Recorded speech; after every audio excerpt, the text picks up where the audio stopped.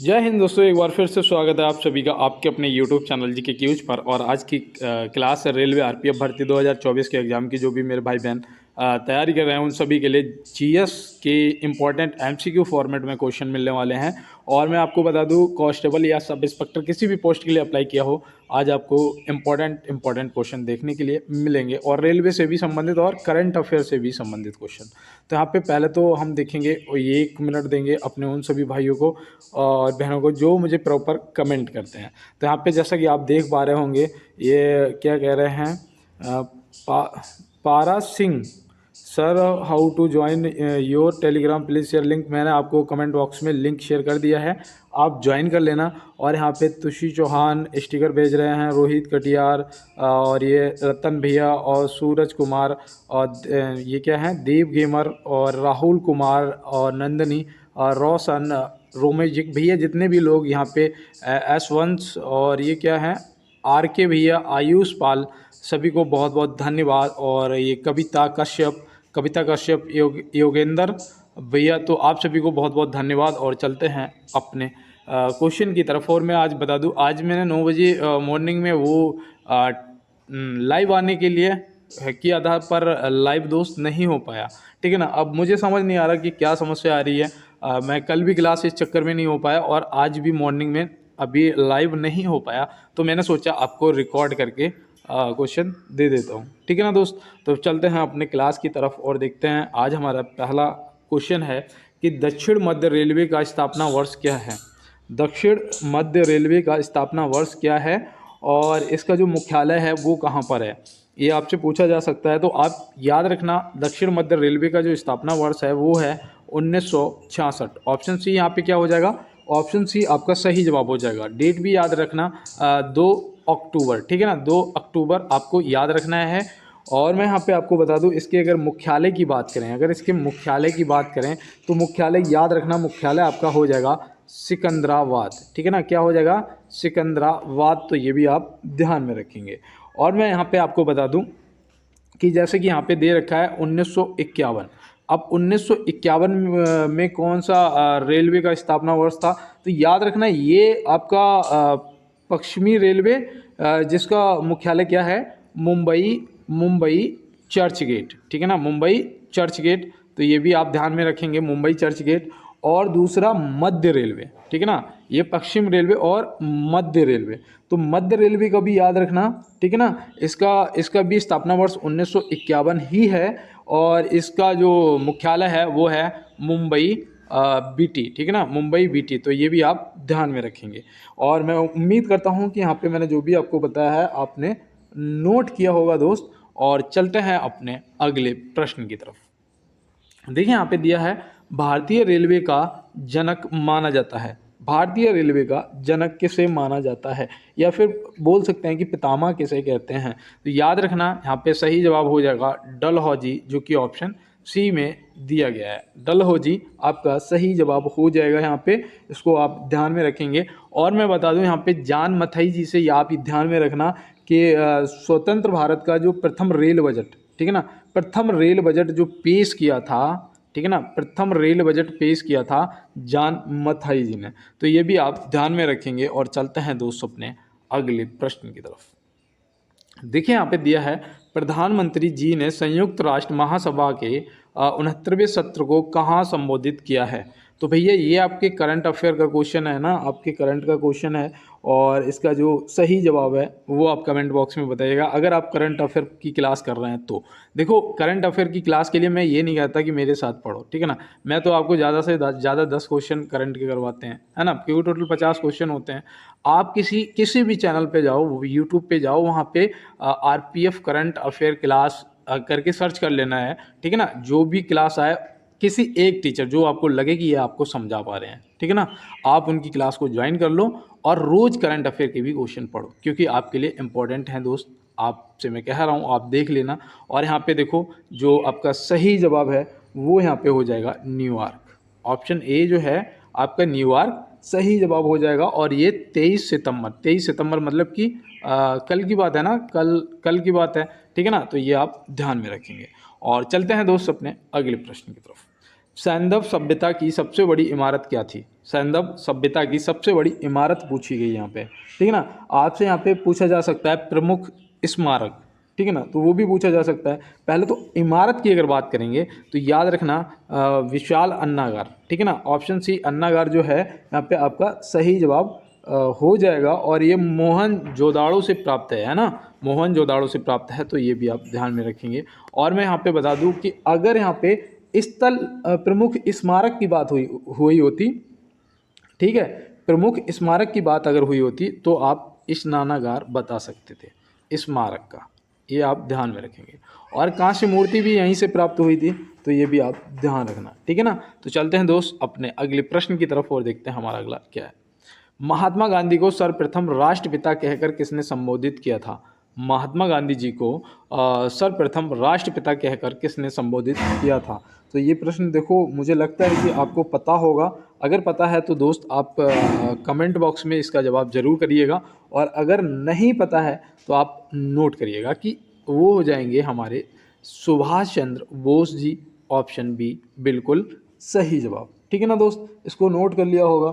अब देखो यहाँ पे एक चीज ये प्रश्न भी पूछा जाता है कि महात्मा कहकर सर्वप्रथम किसने बोला था, मतलब किसने संबोधित किया था, किसने बोला था सर्वप्रथम महात्मा? तो याद रखना रविंद्रनाथ टैगोर जी ने बोला था, रविंद्रनाथ टैगोर जी ने बोला था महात्मा सर्वप्रथम, तो ये भी आप ध्यान में रखेंगे। तो चलते हैं दोस्त अपने अगले प्रश्न की तरफ और देखते हैं हमारा अगला क्या है। अकबर ने बंगाल तथा बिहार को मुगल साम्राज्य में कब मिलाया था? अकबर ने बंगाल तथा बिहार को मुगल साम्राज्य में कब मिलाया था? ये भैया देखो ये थोड़ा बोल सकते हैं कि अप लेवल का क्वेश्चन है, लेकिन यहाँ पे ध्यान रखना सही जवाब है ना वो हो जाएगा ऑप्शन डी, क्योंकि भैया ये 1575 में मिलाया गया था, ठीक है ना। तो यहाँ पे जो ऑप्शन 1575 है वो आपका सही जवाब हो जाएगा, लेकिन इनमें नहीं दिया गया, तो इनमें से कोई नहीं आपका सही जवाब हो जाएगा। और चलते हैं दोस्त अपने अगले प्रश्न पे। निम्न में से कौन से रेलवे स्टेशनों के सभी 3 मार्ग व्यापक, मीटर और संकीर्ण है? तो भैया देखो ये आपके लिए इम्पोर्टेंट क्वेश्चन है, आपको पता होना चाहिए। तो यहाँ पे याद रखना, हाँ ऑप्शन में दिया गया है न्यू जलपाईगुड़ी, ऑप्शन ए दिया गया है न्यू जलपाईगुड़ी। अगर ऑप्शन में आपको सिलीगुड़ी मिलता, ठीक है ना, अगर ऑप्शन में आपको सिलीगुड़ी भी मिलता तो भी आप टिक कर देते, आपका सही जवाब हो जाता। और यहाँ पे देखो ऑप्शन में न्यू जलपाईगुड़ी मिला है, तो आपका सही जवाब हो जाएगा। और चलते हैं दोस्त अपने अगले प्रश्न की तरफ। किस टीम ने पुरुष एशियन हॉकी चैंपियनशिप ट्रॉफी 2024 का खिताब जीता है? यहाँ पे आपका ये देखो ये आपका करंट का क्वेश्चन है, ठीक है ना दोस्त। अब यहाँ पे आपका जो सही जवाब है वो याद रखना हमारे अपने प्यारे भारत ने, तो ऑप्शन ए यहाँ पे हमारा बिल्कुल क्या हो जाएगा दोस्त, सही जवाब हो जाएगा। इसको आप ध्यान रखेंगे। और यहाँ पे याद रखना अगर आपसे पूछ दिया जाए कि किसे हराकर, तो भैया किसे हराया? पाकिस्तान को हराया ना, बताओ कमेंट बॉक्स में किसे हराया? पाकिस्तान को। और चलते हैं दोस्त अपने अगले प्रश्न पे। ताई ट्राई जो है निम्नलिखित में से किस क्षेत्र की विनियामक संस्था है? तो ट्राई जो है ये किस क्षेत्र की नियामक संस्था है? तो आप यहाँ पे क्या बताएंगे? तो यहाँ पे जो आपका सही जवाब है वो हो जाएगा दूरसंचार, ऑप्शन ए। क्या हो जाएगा? दूरसंचार, ऑप्शन ए यहाँ पे आपका सही जवाब हो जाएगा। इसका गठन भी आपसे पूछा जा सकता है, इसका गठन भी आपसे पूछा जा सकता है, तो आप क्या बताएंगे? तो इसका गठन अगर आपको पता है तो आप कमेंट बॉक्स में बताइएगा, और नहीं पता है तो नोट करिएगा 1997। क्या? 1997 नोट कर लीजिएगा। और देखो मैं यहाँ पे आपको बताऊँ, ये जो TRAI ट्राई जो है ना, इसका फुल फॉर्म भी आपसे पूछा जा सकता है, तो याद रखना। देखो टी से तो हो जाएगा हमारा टेलीकॉम, है ना, टी से हो जाएगा हमारा टेलीकॉम, ये आप ध्यान में रखेंगे। अब यहाँ पे आर से हो जाएगा हमारा रेगुलेटिंग, ठीक है ना, रेगुलेटिंग, तो रेगुलेटिंग भी आप क्या करेंगे, ध्यान में रखेंगे। ए से हो जाएगा अथॉरिटी, ठीक है ना, क्या हो जाएगा? अथॉरिटी, तो अथॉरिटी को भी आप ध्यान में रखेंगे। और उसके बाद जो आई बच रहा है इसका फुल फॉर्म हो जाएगा ऑफ इंडिया, ठीक है ना, तो telecom regulating authority of India इसका पूरा नाम हो जाएगा। और मैं पता इतना स्लो क्यों बता रहा हूँ आपको, शायद इसलिए कि जो भी मेरे दोस्त नोट कर रहे होंगे, जिनको याद करना होगा वो नोट कर रहे होंगे, और अगर आप नोट कर रहे हैं तो आपको लिखने में दिक्कत नहीं आ रही होगी, है ना। जैसे मैं बोल रहा हूँ आप लिखते चल रहे हैं मेरे साथ में, तो बहुत अच्छी बात है। और यहाँ पे दिया है कि प्रथम पंचवर्षीय योजना में किस क्षेत्र को प्रमुखता दी गई थी। भैया ये 1951 में स्टार्ट हुई थी, है ना। और 5 साल इसमें प्लस कर दो, कितना 5 तो कितना हो गया 56 तक चली। अब इसका जो किस क्षेत्र पर सबसे ज़्यादा प्रमुखता दी गई थी, ध्यान दिया गया था, तो याद रखना प्रमुख क्षेत्र था कृषि। क्या था? कृषि। ऑप्शन ए यहाँ पे क्या हो जाएगा, हमारा सही जवाब हो जाएगा। ये कौन से मॉडल पर आधारित थी ये भी आपको पता होना चाहिए, है ना। ये भी आपसे पूछ लिया जाता है, तो याद रखना हैरोल्ड डोमर मॉडल, है ना, हैरोल्ड डोमर मॉडल पर ये आधारित थी। तो ये भी आप ध्यान में रखेंगे। द्वितीय पंचवर्षीय योजना की अगर बात करेंगे तो उद्योग पर आधारित थी। और तृतीय की अगर बात करोगे तो दोनों पर थी, है ना, इन दोनों पे थी, तो ये भी आप ध्यान रखेंगे। तो चलते हैं दोस्त अपने अगले प्रश्न की तरफ और देखते हैं हमारा अगला प्रश्न क्या है। यहाँ पे अगला प्रश्न है हमारा कि ज्वालामुखी पर्वतों में कौन सी गैस निकलती है। तो भाई ज्वालामुखी पर्वतों में कौन सी गैस निकलती है, तो यहाँ पे जो गैसें दे रखी हैं इनमें हमारा जो बिल्कुल सही जवाब है वो हो जाएगा सल्फर डाइऑक्साइड। क्या हो जाएगा? Sulphur dioxide. ऑप्शन बी जो है हमारा बिल्कुल सही जवाब हो जाएगा। और देखो इनमें लावा भी निकलता है ना, लावा भी निकलता है। और क्या निकलता है लावा के साथ? राख भी निकलती है ना भैया, राख भी होती है, गैसें भी होती हैं, तमाम गैस होती हैं, और साथ में लैपली होती है, और भी चीज़ें निकलती हैं। तो ये सब आप ध्यान में रखेंगे। तो चलते हैं दोस्त अपने अगले प्रश्न पे। और देखो यहाँ दिया है कि निम्न में से गण देवता किसकी रचना है। तो ये पुस्तक किसको पता है बताओ, ये किसकी रचना है, फटाफट बताइएगा। तो यहाँ पे आपका सही जवाब क्या होगा, तो मैं आपको यहाँ पे बताऊँ, यहाँ पे आपका सही जवाब ताराशंकर बंदोपाध्याय, मतलब ऑप्शन सी जो दिया गया है, ऑप्शन सी ताराशंकर सही जवाब आपका हो जाएगा। और चलते हैं इसी के साथ यहाँ पे देखिए, यहाँ पे चरक जी से भी याद रखना, चरक संहिता, है ना, चरक संहिता, चरक जी से भी याद रखना। और जयदेव जी की एक रचना थी गीत गोविंद। क्या थी? गीत गोविंद। तो गीत गोविंद को भी आप ध्यान में रखेंगे। और इनकी जो ये गढ़ देवता थी ना, ये गढ़ देवता जो थी, इसका ध्यान रखना। ये क्यों? क्योंकि ये इंपॉर्टेंट पता क्यों है? क्योंकि इसका एक नाम और है, वो भी याद रखना, पंचग्राम। क्या है? पंचग्राम एक इसका और नाम है। तो ये आप क्या करेंगे, पंचग्राम को भी याद रखेंगे। इसे ज्ञानपीठ पुरस्कार भी मिला था, और ज्ञानपीठ जो पुरस्कार मिला था वो कब मिला था, तो वो भी याद रखना 1966 में मिला था। तो यहाँ पे इतना रह रहा था, और मैं क्या था, मैं आपको फटाफट आगे की तरफ ले जा रहा था, क्योंकि मुझे लगा कि ये क्वेश्चन हो गया हमारा। और चलते हैं फिर अगले प्रश्न की तरफ। और देखो मैं आपको बताऊं, मुझे चेतन भैया ने कल एक मैसेज किया था और ये कहा था कि भैया एक लाइन सुनाना, कोई मतलब एक शायरी आप भी सुनाना, बहुत दिनों से नहीं सुनाई। तो ठीक भैया, चेतन भैया आपके लिए एक शायरी है, सुनिए। कहते हैं ना कि अभी कैरियर पर नज़र है ना, अभी हमारी जो नज़र है वो कैरियर पर है। औकात की बात करने वालों से तो हम क्या करेंगे, बाद में मिलेंगे, ठीक है ना। तो अभी हमारा जो नज़र है वो कैरियर पर है, औकात की बात करने वालों से बाद में मिलेंगे। तो चेतन भैया लगे रहो, देखो जीवन में ना समस्याएं आती रहती हैं, ठीक है ना। और कुछ दोस्त जो कुछ बोल सकते हैं कि ऐसे वैसे गाँव में पड़े रहते हैं, उन्हें मैं बता दूं कि कहते हैं ना कि आदत है, लत है, या फिर खुमारी है। आदत है, लत है, या फिर खुमारी है, और रोज़ एक बार तेरी तस्वीर देखने की बीमारी है ना। लत है, आदत है, या फिर खुमारी है, रोज़ एक बार तेरी तस्वीर देखने की बीमारी है। तो भाई तस्वीर मत देखो, क्लास देख लो, बढ़िया तरीके से अपना स्कोर करके आना। यहाँ पे दिया है भारत में रेल लाइन बिछाने का श्रेय किसे प्राप्त है। तो भारत में रेल लाइन बिछाने का जो श्रेय है ना, वो डलहौजी को प्राप्त है ना। किसे प्राप्त है? डलहौजी को। और पितामह भी बोलते हैं, रेलवे का जनक है ना भारत में। तो ये भी आप ध्यान में रखेंगे। और चलते हैं इसी के साथ अपने अगले प्रश्न की तरफ। यहाँ पे दिया है गामा इंटरनेशनल फाइटिंग चैंपियनशिप में MMA फाइट जीतने वाले पहले भारतीय कौन बने हैं। तो गामा इंटरनेशनल फाइटिंग चैंपियनशिप में MMA फाइट जीतने वाले पहले भारतीय कौन बने हैं। तो ये देखो भैया, करंट का आपके लिए इम्पोर्टेंट क्वेश्चन है ना। तो यहाँ पे याद रखना संग्राम सिंह जी। ऑप्शन ए आपका क्या हो जाएगा, बिल्कुल सही जवाब हो जाएगा। और मैं आपको बता दूं, इन्होंने ना भाई साहब, इन्होंने 1 मिनट 30 सेकेंड के अंदर ही सामने वाले को हरा दिया। और वो सामने वाला कहाँ का था? वो था भैया पाकिस्तान का था। कहाँ का था? पाकिस्तान का। तो हारना तो था ही, बाप से लड़ेगा बेटा, ऐसा हो सकता है? हैं? इसका नाम पता क्या था? इसका नाम था अली अर्रजा नासिर। क्या था? अली अर्रजा नासिर। तो ये भी आप ध्यान में रखेंगे। ये कहाँ पर? शायद जर्जिया में हुआ था, तो ये भी आप ध्यान में रखेंगे। और यहाँ से पेन का कलर चेंज कर लेते हैं और चलते हैं अब अपने अगले प्रश्न की तरफ। यूएनओ की संस्था यूनिसेफ किसके लिए काम करता है? तो भैया यूनिसेफ जो है ये किसके लिए काम करता है? तो याद रखना ये बच्चों के लिए भी और माताओं के लिए भी, क्योंकि आपातकालीन स्थिति में जो आपातकाल कहीं लग जाता है ना, तो वहाँ पे क्या करते हैं, वहाँ पे ये इन लोगों को भोजन और स्वास्थ्य की समस्याएं जो हैं, ठीक है ना, इनसे सबसे निपटने में इनकी मदद करते हैं, इन्हें उपलब्ध कराते हैं भोजन और स्वास्थ्य सेवाएं। तो यहाँ पे ऑप्शन ए और बी क्या हो जाएगा हमारा? बिल्कुल इस हिसाब से सही जवाब हो जाएगा।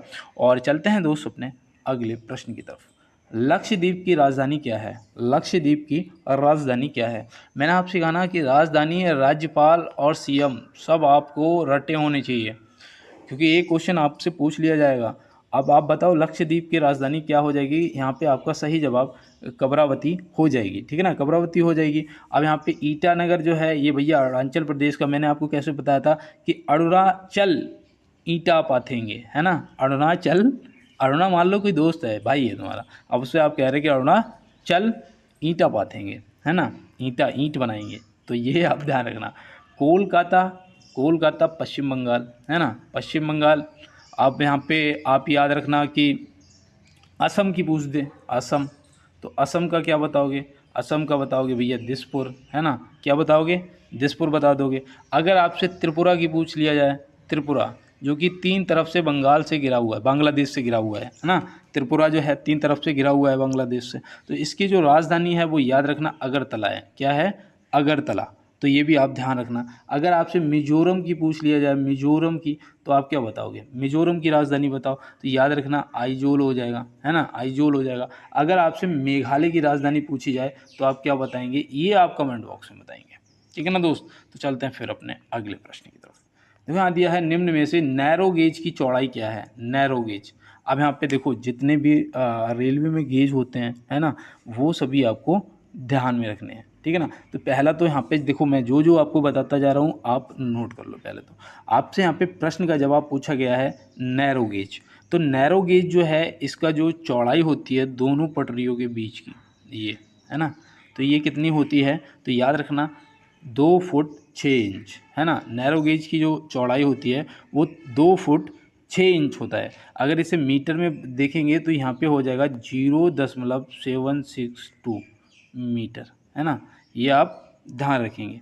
और यहाँ पे देखो मैं आपको और बताऊं, जैसे कि आपका आता है मीटर गेज, है ना, सिर्फ मीटर गेज। तो मीटर गेज का मतलब ही है कि भाई 1 मीटर का होगा तभी उसे मीटर गेज कह रहे हैं, भाई 1 मीटर का होगा इसलिए मीटर गेज कह रहे हैं।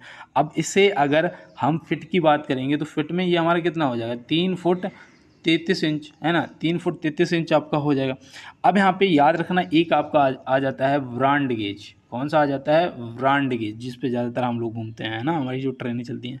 तो यहाँ पे याद रखना वो होता है आपका 5 फुट 6 इंच। कितना होता है? 5 फुट 6 इंच। अब देखो नैरो गेज 2 फुट 6 इंच और ब्रांड गेज 5 फुट 6 इंच, ठीक है ना, ये आपको ध्यान रहेगा ना, सबसे छोटा और सबसे बड़ा।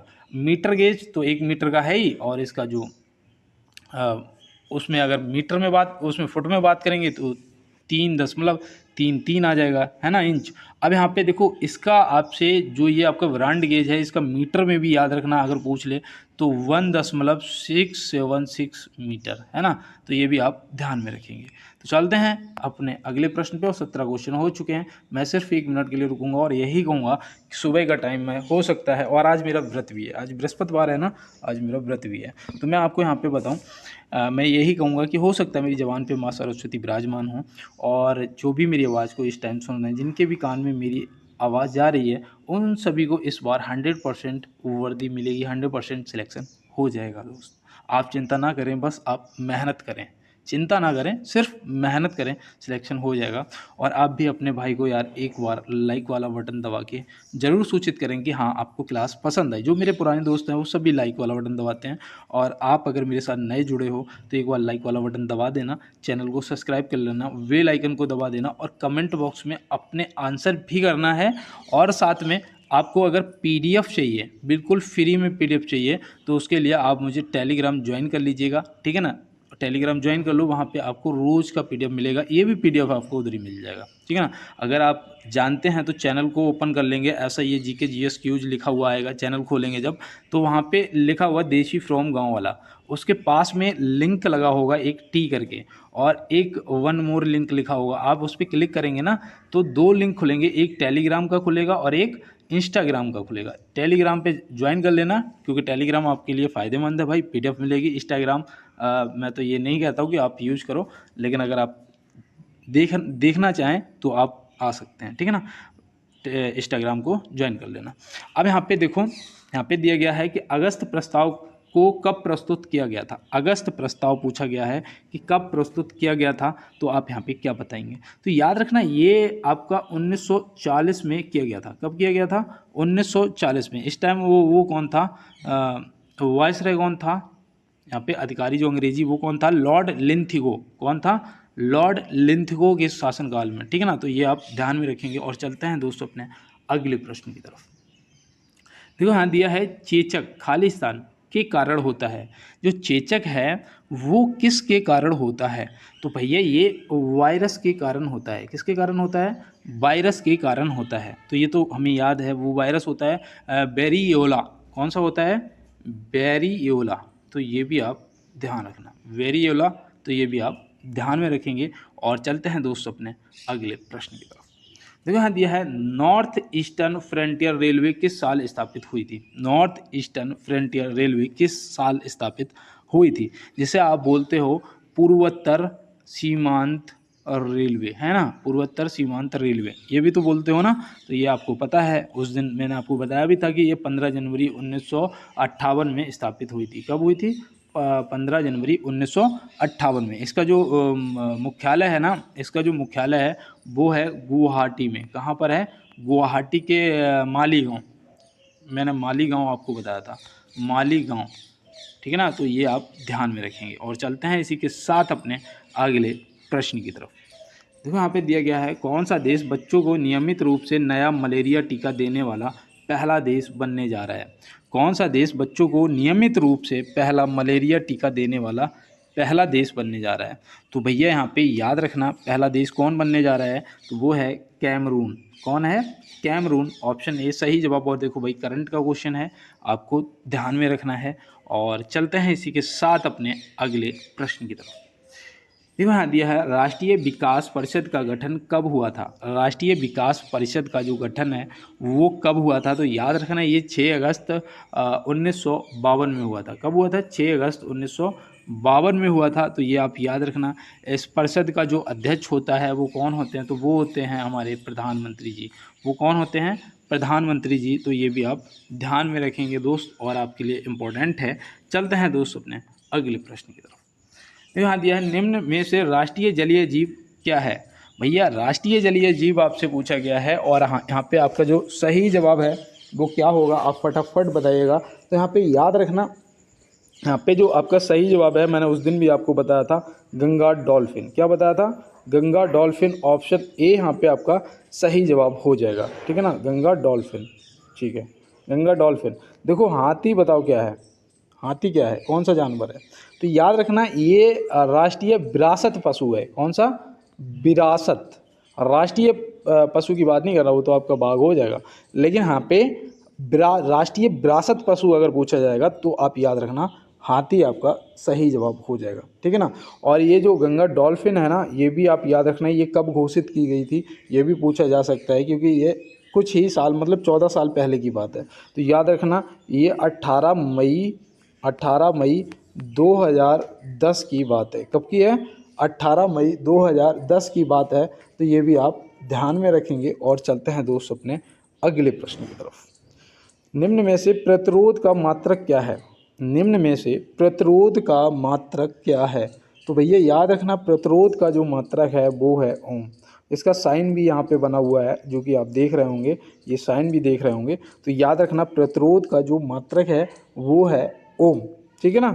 अब यहाँ पे जो कैंडला दे रखा है, कैंडला जो है ये मैंने उस दिन आपको बताया था ज्योति तीव्रता का, किसका, ज्योति तीव्रता का मात्रक है, तो ये भी आप ध्यान में रखेंगे, ठीक है ना। अब डायोप्टर जो है, डायोप्टर, तो डायोप्टर में क्या नापते हैं, तो इसमें नापते हैं जो लेंस होता है ना, लेंस, तो लेंस की क्षमता को किस में नापते हैं, डायोप्टर में नापते हैं, तो ये भी आप ध्यान में रखेंगे। और चलते हैं इसके साथ अपने अगले प्रश्न की तरफ। प्रथम भारतीय महिला नोबेल पुरस्कार विजेता कौन है, प्रथम भारतीय महिला नोबेल पुरस्कार विजेता कौन है, तो याद रखना वो हैं मदर टेरेसा जी। कौन है, मदर टेरेसा जी हैं। इन्हें किस लिए पुरस्कार मिला था, कब मिला था, ये भी हमें पता होना चाहिए, है ना। तो ये तो तुरंत बता दोगे भैया शांति के लिए मिला था, है ना, शांति के लिए मिला था, लेकिन कब मिला था वो याद नहीं आ रहा है ना। यही ऑप्शन होते हैं हम लोगों के पास। तो याद रखना वो मिला था 1979, ठीक ना, 1979, 79 में, ठीक है ना, 1979, बिल्कुल सही कह रहा हूँ मैं। और देखो प्रथम व्यक्ति अगर पूछे जाएंगे तो वो कौन थे, वो थे रविंद्रनाथ टैगोर जी, है ना, रविंद्रनाथ टैगोर जी थे। इन्हें किस लिए मिला था, इन्हें साहित्य के लिए मिला था। कब मिला था, 1913 में, 1913 में मिला था। वो साहित्य क्या था, तो उस दिन मैंने आपको बताया था क्या था, गीतांजलि, गीतांजलि, हाँ गीतांजलि, तो गीतांजलि के लिए मिला था। तो ये आप ध्यान रखेंगे। अब पता है मुझे ये सब याद कैसे आ जाने लगा है, मुझे लगता है कि अगर कहीं बाई चांस क्लास के बीच में मुझे याद ना आया तो फिर क्या होगा, सामने वाला कहेगा भूल गए, है ना। तो इसलिए ना मैं क्या करता हूँ, मैं इतनी तेज़ मेरा दिमाग चलता है इस टाइम कि अगर मुझे पता होगा तो मुझे याद आएगा, क्योंकि मैं लिखता हूँ, जब लिखता हूँ तो याद आ जाता है ना। अब यहाँ पे याद रखना, यहाँ दिया है निम्न में से मजदूर दिवस कब मनाया जाता है। तो देखो मजदूर दिवस को श्रम दिवस भी बोलते हैं, है ना, श्रम दिवस या मजदूर दिवस। तो ये आप ध्यान में रखना, कहीं मजदूर दिवस पूछ दिया जाए और आपको हमें श्रम दिवस पता था भैया इसलिए ठीक नहीं करा, तो याद रखना 1 मई को मनाया जाता है ना, श्रम दिवस या मजदूर दिवस जो भी पूछा जाए। और 15 मई को क्या मनाते हैं, तो देखो 15 मई, 15 के आगे पा बनेगा ना जब लिखोगे 15, तो याद रखना परिवार दिवस।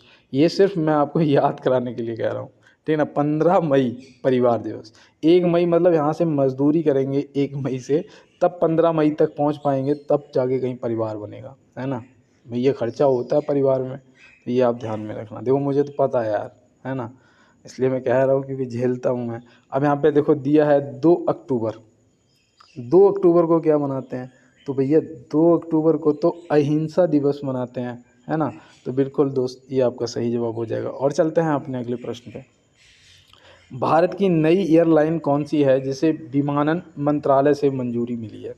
तो भारत की नई एयरलाइन कौन सी है जिसे विमानन मंत्रालय से मंजूरी मिली है, भैया देख लो, देख लो, ये करंट का क्वेश्चन है और ये क्या आपको नहीं लगता कि पूछा जाएगा, बताओ। तो यहाँ पे याद रखना संख एयरलाइन, ठीक है ना, संख एयर जो ऑप्शन सी है यहाँ पे आपका सही जवाब हो जाएगा। याद रहेगा ना, संख एयर, है ना भाई, शंख बजाओगे तो हवा जाती है ना, फूंकना पड़ता है भाई, है ना, ऐसे। तो याद रखना शंख एयर, है ना, याद रहेगा ना। चलते हैं अपने अगले प्रश्न की तरफ। सॉरी, जवाहर रोजगार योजना किस वर्ष प्रारंभ हुई थी। तो जवाहर रोजगार योजना किस वर्ष प्रारंभ हुई थी, तो भैया यहाँ पे याद रखना 1989 हो जाएगा। तो 1989 ऑप्शन बी में दिया गया है और यहाँ पे ऑप्शन बी आपका सही जवाब हो जाएगा। डेट भी याद रखना, डेट थी 1 अप्रैल, क्या थी, 1 अप्रैल। कई बार क्या होता है ना, मैं भी भूल जाता हूँ, देखो, है ना, सारी चीज़ें याद नहीं रह पाती हैं। अब लिखता तो मैं भी हूँ लेकिन याद नहीं हो पाता है ना, तो उसके लिए मैं माफ़ी चाहता हूँ, लेकिन यहाँ पे मैं आपको सही बता रहा हूँ, आप नोट करिए। और यहाँ पे देखो 1985 से 86 के बीच में क्या हुआ था, तो 1985 से 86 के बीच में इंदिरा आवास योजना स्टार्ट हुई थी। कौन सी, इंदिरा आवास योजना। देखो योजनाएं भी आपके लिए ज़रूरी है, करंट की भी योजनाएं सारी याद रखना है ना, तो ये भी आप ध्यान रखेंगे। और देखो 2005 में भारत निर्माण योजना, है ना, भारत निर्माण योजना, तो ये भारत निर्माण योजना भी आप ध्यान में रखेंगे दोस्त। और चलते हैं अपने अगले प्रश्न की तरफ। भारत का कौन सा राज्य अंगूर में अग्रणी राज्य है? तो भैया कौन सा अग्रणी राज्य है अंगूर में? तो भैया अंगूर की अगर बात करेंगे तो वो हमारा महाराष्ट्र हो जाएगा। बिल्कुल सही है आपका यहाँ पे ऑप्शन सी जवाब। ये भैया अकेले 80% अंगूर देता है देश को, 80% अकेले। ये पता है आपको संतरा भी सबसे ज़्यादा। चाय के मामले में आपका असम आ जाएगा, है ना, चाय के मामले में आपका असम आ जाएगा। और यहाँ पे जो केरल दे रखा है, केरल में देखो मसाले तो होते ही हैं, इलायची भी होती है ना, इलायची भी होती है और आपकी रबड़ भी होती है, ये सब आपके असम से संबंधित हैं। तो ये आप याद रखना। आपकी काली मिर्च ये तो मसाले में ही आ जाएगी, है ना, तो ये आप ध्यान में रखेंगे। तो चलते हैं अगले प्रश्न पे। और देखो यहाँ पे है कि संविधान लागू होने के पश्चात कौन सा भारतीय संघ का एक आरक्षित राज्य था? तो भैया संविधान लागू होने के पश्चात कौन सा भारतीय संघ का एक आरक्षित राज्य था? तो यहाँ पे जो ऑप्शन दिए गए हैं ना, उनके हिसाब से यहाँ पे हमारा सही जवाब सिक्किम हो जाएगा। क्या हो जाएगा? सिक्किम जो है ऑप्शन सी हमारा सही जवाब हो जाएगा। इसे याद रखना। इसे 1974 में 35वें संविधान संशोधन द्वारा सह राज्य का दर्जा दिया गया था। ठीक है ना, तो नोट कर लो। चलो मैं यहाँ पे लिख देता हूँ 1974 में कौन से संविधान संशोधन द्वारा? 35वें संविधान संशोधन द्वारा। ठीक है ना, 35वें संविधान संशोधन द्वारा सह राज्य का दर्जा दिया गया था। तो ये भी आप क्या करेंगे, ये भी आप ध्यान में रखेंगे और दोस्त भूलना नहीं है। तो चलते हैं दोस्त अपने अगले प्रश्न पे। देखो यहाँ दिया है किसको समाप्त किया जा सकता है पर भंग नहीं? किसको इनमें से समाप्त किया जा सकता है पर भंग नहीं किया जा सकता है? तो यहाँ पे आप क्या बताएंगे? तो याद रखना यहाँ पे सही जवाब आपका विधान परिषद हो जाएगा। क्या हो जाएगा? विधान परिषद। ऑप्शन सी जो है यहाँ पे क्या हो जाएगा? हमारा सही जवाब हो जाएगा। इसका गठन और विघटन, ठीक है ना, इसका गठन और विघटन जो है ये आर्टिकल कौन से आर्टिकल में दिए गए हैं? सुन तो बहुत प्यार से रहो, एक बार बता भी दो, है ना। देखो याद रखना। मुझे पता है अगर आपको पता होता तो आप क्यों सुनते हैं ना, वो कोई बात नहीं, माफ़ी चाहता हूँ। कभी कभी मुझे भी लगता है कि आप लोगों को थोड़ा हंसा दिया जाए, क्योंकि पढ़ते पढ़ते ना सर में दर्द होने लगता है। अब यहाँ पे दिया गया है कि 1857 के विद्रोह का नेतृत्व बरेली से किसने किया था? 1857 के विद्रोह का जो नेतृत्व है वो बरेली से किसने किया था? तो याद रखना खान बहादुर खान। ऑप्शन बी यहाँ पे आपका सही जवाब दोस्त हो जाएगा, है ना। ऑप्शन बी यहाँ पे क्या हो जाएगा? आपका सही जवाब हो जाएगा। देखो मौलवी अहमद उल्ला शाह, इन्होंने कहाँ से किया था? तो याद रखना फैजाबाद से किया था। कहाँ से? फैजाबाद। तो फैजाबाद भी आप ध्यान में रखेंगे, ठीक है ना। अब यहाँ पे देखो कुंवर सिंह जी दिया है। कुंवर सिंह जी ने कहाँ से किया था? तो इन्होंने जगदीशपुर से किया था। कहाँ से? जगदीशपुर से। तो जगदीशपुर से कुंवर सिंह ने किया था। अब झांसी से झांसी वाली रानी ने किया था, जिनका नाम मणिकर्णिका था, है ना। खूब लड़ी मर्दानी थी वो झांसी वाली रानी थी, है ना। ये हमारी प्राइमरी की जो प्राइमरी पाठशाला में तो मुझे बुक मिलती थी ना, उनमें ये वो थी कविता, खूब लड़ी मर्दानी, तीसरी क्लास में थी, वो झांसी वाली रानी थी, है ना। तो ये आप ध्यान में रखेंगे। और देखो दिल्ली से भी याद रखना, क्योंकि 1857 की क्रांति आपके लिए इम्पोर्टेंट है। दिल्ली से याद रखना, दिल्ली से बहादुर शाह जफर द्वितीय ने किया था, जिसको अंग्रेज़ों ने पकड़कर क्या किया था? रंगून स्थानांतरित कर दिया था।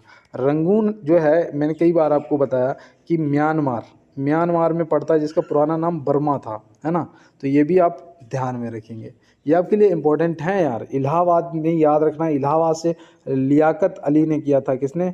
लियाकत अली ने किया था। तो ये भी आप ध्यान में रखेंगे, आपसे पूछे जा सकते हैं। लखनऊ से बेगम हजरत महल ने किया था। तो ये भी आप ध्यान में रखेंगे। तो चलते हैं फिर अपने अगले प्रश्न की तरफ। और आज इस तरीके से मैं धीरे धीरे आपको क्वेश्चन करा रहा हूँ ना, मुझे बताना अगर आपको पसंद आए तो। और यहाँ पे देखो दिया गया है, हाल ही में यूएसए की राष्ट्रीय क्रिकेट लीग का आयुक्त किसे बनाया गया है? तो यूएसए की जो राष्ट्रीय क्रिकेट लीग है उसका आयुक्त किसे बनाया गया है? तो इनमें से आप क्या बताएंगे? तो याद रखना ये आपके करंट का क्वेश्चन है पहले तो, है ना। याद रखना हारून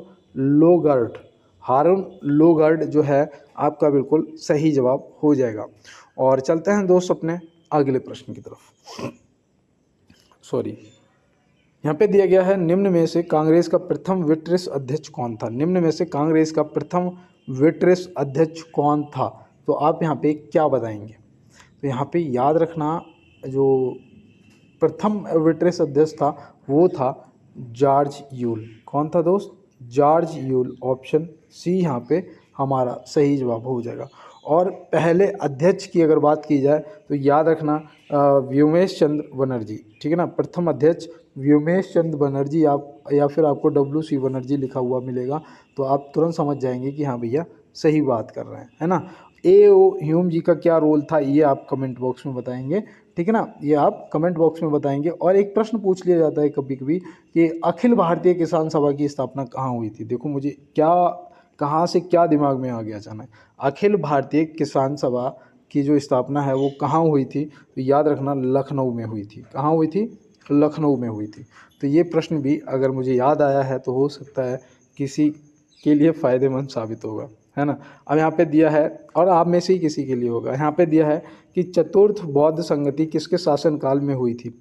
चतुर्थ बौद्ध संगति किसके शासनकाल में हुई थी? मैंने आपको चारों बताई हैं, है ना, डेटें भी बताई हैं कि कब हुई थी। पहले तो याद रखना, जो चौथी की अगर बात करेंगे तो यहाँ पे चौथी का हमारा जो सही जवाब है वो हो जाएगा कनिष्क। कनिष्क जो था ये कुषाण वंश का शासक था। क्या?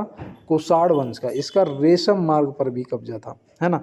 ये चौथी बौद्ध संगति कहाँ हुई थी, ये भी तो पूछा जा सकता है। तो याद रखना कुंडल वन। कुंडल वन भैया कहाँ है? तो भैया ये कश्मीर का नाम है, कश्मीर में है ना। ऐसे आप याद रखना, कुंडल वन अगर पूछा जाए तो कश्मीर में, ठीक है ना दोस्त। तो ऐसे आप याद रखेंगे। अगर हम तीसरी की बात करें तो वो किसके शासनकाल में हुई थी? तो वो हुई थी अशोक के शासनकाल में तीसरी। अगर हम दूसरी की बात करें तो दूसरी हुई थी कालाशोक के शासनकाल में। हाँ, दूसरी हुई थी कालाशोक के शासनकाल में। और अजातशत्रु के शासनकाल में प्रथम हुई थी, है ना। तो ये देखो, प्रथम राजगृह, द्वितीय वैशाली, तृतीय पाटलिपुत्र और चौथी कुंडलवन। तो ये याद रखना। और वैसे ट्रिक से याद रखना, आज कल शोक नहीं, आज कल, आज से अजातशत्रु, कल से कालाशोक, और शोक से अशोक, और का से कनिष्क। ऐसे आप ध्यान में रखेंगे। चलते हैं फिर अपने अगले प्रश्न की तरफ। परमाणु संलयन प्रतिक्रिया स्वचालित रूप से किस में होती है? परमाणु संलयन प्रतिक्रिया स्वचालित रूप से किस में होती है? तो इसका जवाब आप क्या दोगे? तो यहाँ पे याद रखना भैया, ये तो सिर्फ सूर्य में। ऑप्शन ए क्या हो जाएगा? सही जवाब हो जाएगा। और चलते हैं अपने अगले प्रश्न पे। अब सर बहुत जल्दी क्वेश्चनों को करना है क्योंकि समय ज़्यादा हो रहा है। और यहाँ पे दिया है भारतीय रेलवे मार्ग की कुल लंबाई कितनी है? तो यहाँ पे हमारा जो सही जवाब है वो यहाँ पे क्या होगा, ये आप फटाफट कमेंट बॉक्स में बता दो। तो याद रखना यहाँ पे हो जाएगा 69,182 किलोमीटर। 69,182 किलोमीटर। ऑप्शन सी यहाँ पे सही जवाब हमारा हो जाएगा। अच्छा बताओ, समझौता एक्सप्रेस किन देशों के बीच में चलती है? समझौता, तो याद रखना ये हमारा भारत और पाकिस्तान के बीच में। और अगर आपसे मैत्री एक्सप्रेस पूछा जाए, मैत्री एक्सप्रेस, तो क्या बताओगे आप? तो बताना भारत और बांग्लादेश, है ना। तो आप क्या बताएंगे? भारत और बांग्लादेश। चलिए एक कमेंट बॉक्स में बताना कि थार एक्सप्रेस किन के बीच में चलती है। ये आप क्या करोगे? ये आप कमेंट बॉक्स में बताओगे। चलते हैं अपने अगले प्रश्न की तरफ। बम्बई को कब मुंबई का नाम दिया गया था? देखो, जिसे भारत की आर्थिक राजधानी भी बोला जाता है, जिसे भारत की आर्थिक राजधानी भी बोला जाता है। अब यहाँ पे बताना है कि बम्बई को मुंबई का नाम कब दिया गया था? तो याद रखना 1995 में दिया गया था। कब दिया गया था? 1995 में दिया गया था। ऑप्शन सी यहाँ पे क्या हो जाएगा? सही जवाब हो जाएगा। और चलते हैं दोस्तों अपने अगले प्रश्न पर। पेड़ों की कतारों के बीच में फसलें उगाने को क्या कहते हैं? पेड़ों की कतारों के बीच में फसलें उगाने को क्या कहते हैं? तो यहाँ पे याद रखना, इसे गली फसल भी कहते हैं और तोंगिया प्रणाली भी कहते हैं। अगर प्रणाली पूछेगा तो आप यहाँ पे और तोंगिया प्रणाली याद रखेंगे, और क्या कहते हैं अगर पूछेगा तो गली फसल लगा देना। अगर ऑप्शन में जो दिया जाए वो देख लेना, और यहाँ पे ऑप्शन सी जो है, ए और बी दोनों आपका सही जवाब हो जाएगा। और चलते हैं अपने अगले प्रश्न पे। हड़प्पा कालीन स्थल रोपड़ किस नदी के किनारे स्थित है? हड़प्पा कालीन स्थल रोपड़ जो है वो किस नदी के किनारे स्थित है? तो याद रखना भैया, ये सतलज नदी के किनारे स्थित है। ऑप्शन बी यहाँ पे क्या हो जाएगा? सतलज आपका सही जवाब हो जाएगा। और यहाँ पे याद रखना, घग्गर के किनारे अगर पूछा जाए तो आपका कालीबंगा स्थित है। कालीबंगा जहाँ से क्या हुआ था, काले रंग की चूड़ियाँ मिली थी, है ना, काले रंग की चूड़ियाँ मिली थी, तो ये भी आप ध्यान में रखेंगे। सिंधु के किनारे मोहनजोदाड़ो स्थित है, जिसे मृतकों का टीला भी बोलते हैं, है ना, तो ये भी आप ध्यान रखेंगे। चलते हैं फिर अपने अगले प्रश्न पे। अनुकूलतम जनसंख्या के सिद्धांत को प्रतिपादित किसने किया था? अनुकूल अनुकूलतम जनसंख्या के सिद्धांत को प्रतिपादित किसने किया था? देखो ये क्वेश्चन थोड़े, देखो जैसा ही क्लास का लेवल बढ़ता जाएगा क्वेश्चनों की लेवल भी बढ़ता जाएगा, है ना। तो यहाँ पे देखो किसने दिया था, तो याद रखना एडविन कैनन ने दिया था। किसने? एडविन कैनन ने दिया था। ऑप्शन सी यहाँ पे क्या हो जाएगा, हमारा सही जवाब हो जाएगा। कब दिया था ये भी पूछा जा सकता है, तो याद रखना 1924 में दिया था। कब दिया था? 1924 में दिया था, तो ये भी आप ध्यान रखेंगे। चलते हैं फिर इसी के साथ अपने अगले प्रश्न पर। हाल ही में रक्षा मंत्री राजनाथ सिंह जी ने किस शहर में सैनिक स्कूल का उद्घाटन किया है? हाल ही में रक्षा मंत्री राजनाथ सिंह जी ने किस शहर में सैनिक स्कूल का उद्घाटन किया है? ये आपके करंट का क्वेश्चन है और इसका सही जवाब जो है वो याद रखना जयपुर हो जाएगा। क्या हो जाएगा? जयपुर। ऑप्शन बी यहाँ पे सही जवाब दोस्त हो जाएगा। और चलते हैं दोस्त इसके साथ अपने अगले प्रश्न पर। दिया है निम्न में से दहेज प्रतिषेध अधिनियम कब लागू हुआ था? निम्न में से दहेज प्रतिषेध अधिनियम कब लागू हुआ था? तो भैया दहेज लेना तो एक पाप है। अब ये मत कहना भैया आप भी तो लोगे, नहीं मुझे दहेज नहीं चाहिए। और पहले तो मैं आपको बताऊं कि मेरा जो मुझे लगता है ना, मुझे ऐसा लगता है कि यहाँ से सब छोड़ छाड़ के कैलाश पर्वत की तरफ निकल लो और कहीं बैठ के आराम से तपस्या करो। मैंने एक चीज़ आजमाई है छोटी से जीवन में, मैं कहता हूँ, अक्सर कहता हूँ कि किसके हाथ में प्याली है, किसके मुंह में बोटी है, मैं बहुत कुछ जानता हूँ, बस मेरी उम्र छोटी है। मैंने देखा है यार, जो लोग कहते हैं, दावा करते हैं कि हम तुम्हारे हैं, तुम्हारे साथ खड़े हैं, तुम्हारी समस्याओं में हम तुम्हारे साथ हैं, हम तुम्हारे रिश्तेदार हैं, ब्लड रिलेशन है, भैया जब मुश्किलें आती हैं ना बाबू, सब साइड हो जाते हैं, सब, कोई काम नहीं आता है। अगर आता है तो कोई दोस्त तुम्हारा सिर्फ तुम्हारे काम आ सकता है। इस चीज़ को मैंने नोट किया है, ठीक है ना। इसीलिए मुझे लगता है कि सब छोड़ छाड़ के निकल लो, यहाँ पे सब घूम आया है। लेकिन दोस्त ऐसा नहीं है, क्योंकि जीवन में ना बहुत कुछ सीखना पड़ता है और करना भी पड़ता है ना। तो आप लोग बढ़िया से तैयारी करो। और देखो यहाँ पे जो आपका सही जवाब है वो क्या होगा, आप कमेंट बॉक्स में बताएंगे। ये आज आपको मैं एक अपनी तरफ से HW देता हूँ, और इसको आप सर्च करना या फिर कुछ भी करना, अगर आपको पता हो आप कमेंट बॉक्स में बताना। और चलते हैं दोस्त अपने अगले प्रश्न की तरफ। WHO द्वारा मंकी पॉक्स का नया नाम क्या रखा गया है? ये तो काफ़ी बार पूछा गया है, एम पॉक्स। याद रखना भैया, किसी ने भी अगर पहले पेपर दिए होंगे तो देखा होगा कि मंकी पॉक्स का नाम जरूर पूछा गया होगा, है ना। तो ये आप एम पॉक्स कर दिया गया है, ध्यान में रखना। और देखो रोहतांग सुरंग, उसका भी नाम याद रखना, उसका नाम अटल सुरंग कर दिया गया है ना, अटल सुरंग। तो ये भी आप ध्यान में रखना। और देखो मैंने उस दिन आपको भी बताया था, लगभग आज से 15 दिन पहले, मुझे अभी भी याद है, बिहार मखाना का नाम, बिहार मखाना, जिसका नाम क्या कर दिया गया है, मिथिला मखाना। क्या कर दिया गया है दोस्त? मिथिला मखाना। तो ये भी आप ध्यान में रखेंगे। चलते हैं अपने अगले प्रश्न की तरफ। यहाँ पे दिया है विश्व वन्य जीव दिवस कब मनाया जाता है? विश्व वन्य जीव दिवस कब मनाया जाता है? तो याद रखना ये 3 मार्च को मनाया जाता है भाई। कब मनाया जाता है? 3 मार्च को मनाया जाता है। तो ये हमें ध्यान रहेगा भैया। अब यहाँ पे देखो 8 मार्च को अंतर्राष्ट्रीय महिला दिवस मनाते हैं, ये तो सभी को दोस्तों को पता होगा। लेकिन 16 मार्च को पता है क्या मनाते हैं? बताओ, नहीं पता है?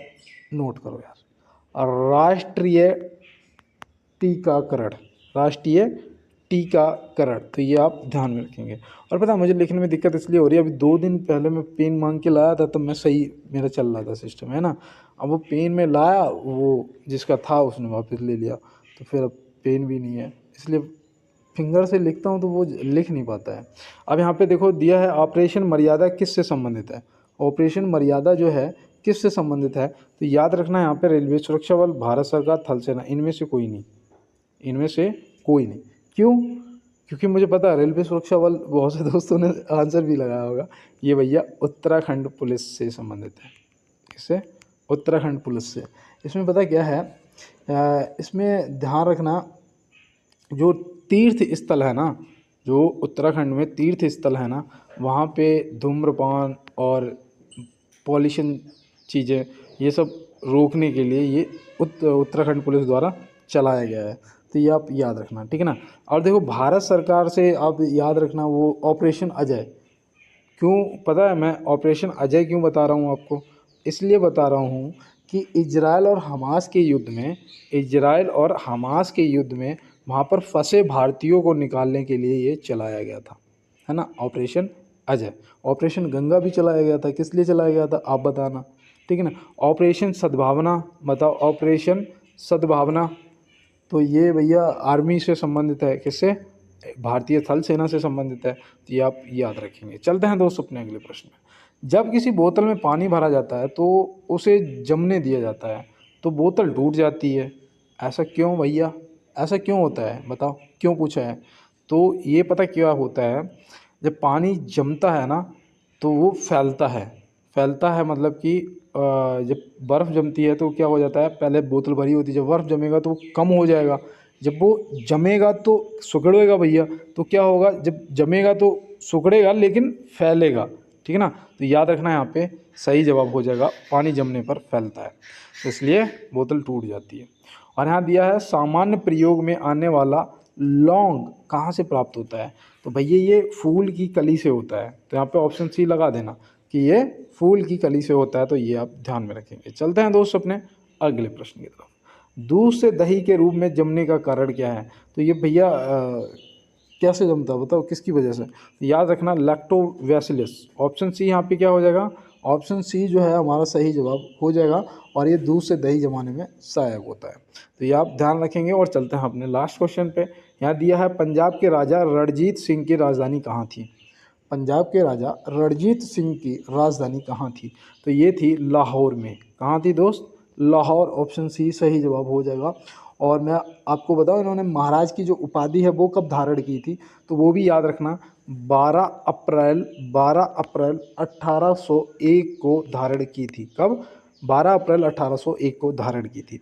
अब मैं आपको बता देता हूँ, जो मेरे नए दोस्त देख रहे हैं पीडीएफ चाहिए तो उसके लिए आपको क्या करना है, टेलीग्राम तो आप कमेंट कर ही देंगे, अगर बाई चांस तुरंत ज्वाइन करना है तो उसके लिए मैं आपको एक ट्रिक बताता हूँ। ट्रिक क्या है, आप जब क्लास को देख रहे हो ना सीधा फ़ोन करके, तो आपको ऐसा दिख रहा होगा जीके जीएस क्यूज, वहाँ पे लिखा होगा 17 या 18 पॉइंट कुछ के सब्सक्राइबर, ऐसे लिखा होगा ना, तो जहाँ पे ऐसा दिख रहा है ना वहाँ पे आप एक बार क्लिक करेंगे, ऐसे टच करेंगे, पूरा चैनल खुल जाएगा। यहाँ पे ऐसे ये बन के आ रहा होगा ये आइकन, यहाँ पे लिखा होगा जीके जीएस क्यूज, यहाँ पे सब्सक्राइबर लिखे होंगे, यहाँ लिखा होगा देशी फ्रॉम गाँव वाला, और यहाँ पे लिखा होगा टी से एक लिंक लगा होगा और लिखा होगा वन मोर लिंक, उस पर क्लिक कर देना। क्लिक करोगे वहाँ पे टेलीग्राम और इंस्टाग्राम दोनों का लिंक खुल जाएगा। आप टेलीग्राम ज्वाइन कर लेना ग्रुप, वहाँ से आपको पीडीएफ बिल्कुल फ्री, कोई पैसा ऐसा नहीं किसी से भी, बस मौज करो और नौकरी लग जाए तो अगर मुझे बिना टिकट कभी पकड़ लो तो छोड़ देना, ठीक है ना। हाँ कहना बता देना, स्टाफ है यार, भैया है हमारे, ठीक है ना। अब यहाँ पे देखो, वैसे गलत बात है, टिकट लेके ही यात्रा करनी चाहिए, कभी बिना टिकट नहीं जाना चाहिए, ये विश्व, ये हमारी धरोहर है ना, ये हमारी धरोहर है, इसे अगर हम नुकसान करेंगे तो हम अपने देश के साथ गद्दारी कर रहे हैं, सीधी सी बात है ना। तो कभी भी हानि नहीं पहुंचाना चाहिए, किसी की भी संपत्ति हो, देश की हो या आपकी हो या मेरी हो, कभी भी किसी को हानि पहुंचाना ही नहीं चाहिए। और इंस्टाग्राम को अगर ज्वाइन करो तो फॉलो कर लेना यार, ठीक है ना। मैंने देखा यार मेरा तो 123 फॉलोअर्स बस, और जिसमें मैंने भी 50 लोगों को फॉलो कर रखा है ना। मैं भैया ये सब चीज़ें चलाता नहीं हूँ, इसलिए अपना ऐसा कुछ नहीं है नहीं। और अगर आप जुड़ना चाहो तो जुड़ जाना, वहाँ पे देखना जो दौड़ वौड़ लगाता था वो सारे वीडियो पड़े हैं। और मिलते हैं दोस्त नेक्स्ट क्लास में नेक्स्ट प्रश्नों के साथ में, तब तक के लिए मैं सभी दोस्तों को मेरा जय हिंद।